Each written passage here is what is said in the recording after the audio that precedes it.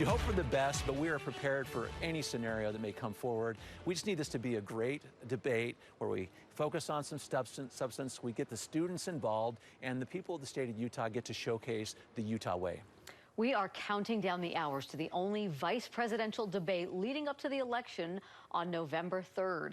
The stage is set, the candidates are here, and the world's attention is now on Utah. Mike Hedrick's anchoring our team coverage tonight from President's Circle at the U.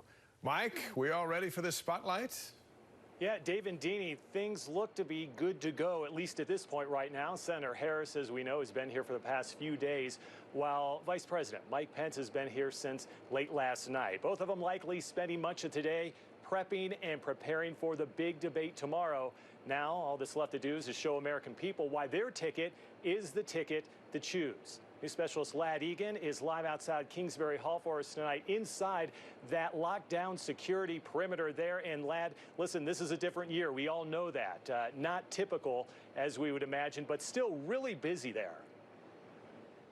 Yeah, very busy. Lots of people moving around, making last-minute preparations, including hundreds of volunteers. But you're absolutely right.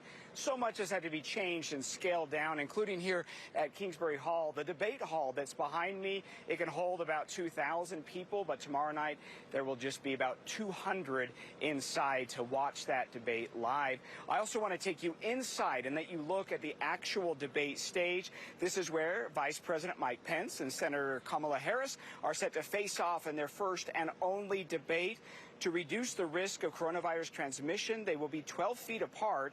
And as you can see as you're looking at the stage there, those plexiglass barriers, they've been put in place between the candidates. But we are hearing tonight that the vice president's team pushed back on having that barrier and has asked that he debate without that plexiglass. Also today, I spoke with the executive director of the Utah Debate Commission, which worked so hard to bring the debate here. They say that Utah really has an appetite for political engagement. In Utah, we put on really good debates, and we're civil, and you saw that in our gubernatorial debate last Wednesday night, juxtaposed with the presidential. The Debate Commission says this debate comes at a critical time with mail-in ballots arriving in Utah residents' mailboxes next week. They hope that by hosting this debate in Utah, that it will increase voter participation. Let your voice be heard. You have an opportunity and a responsibility, really, to learn about the candidates, to engage in the process. And how do we do that? By voting. And I think we have to be informed about the candidates by listening and tuning in.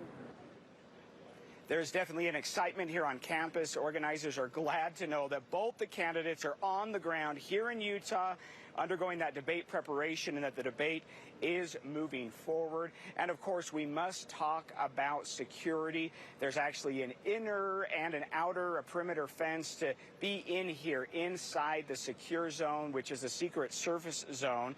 And to be in this area, I talked about this earlier, you have to have this green wristband on you. This shows that you've had a negative COVID-19 test. The University of Utah is doing those tests with about a 12-hour turnaround, and you can't get in here without having a negative result.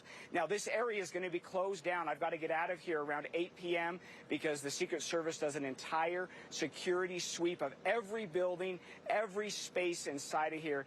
And that's supposed to last, Mike, until the early morning hours tomorrow. And then people will be allowed back in. But at that point, it becomes a very secure area ahead of the candidates arriving for that debate.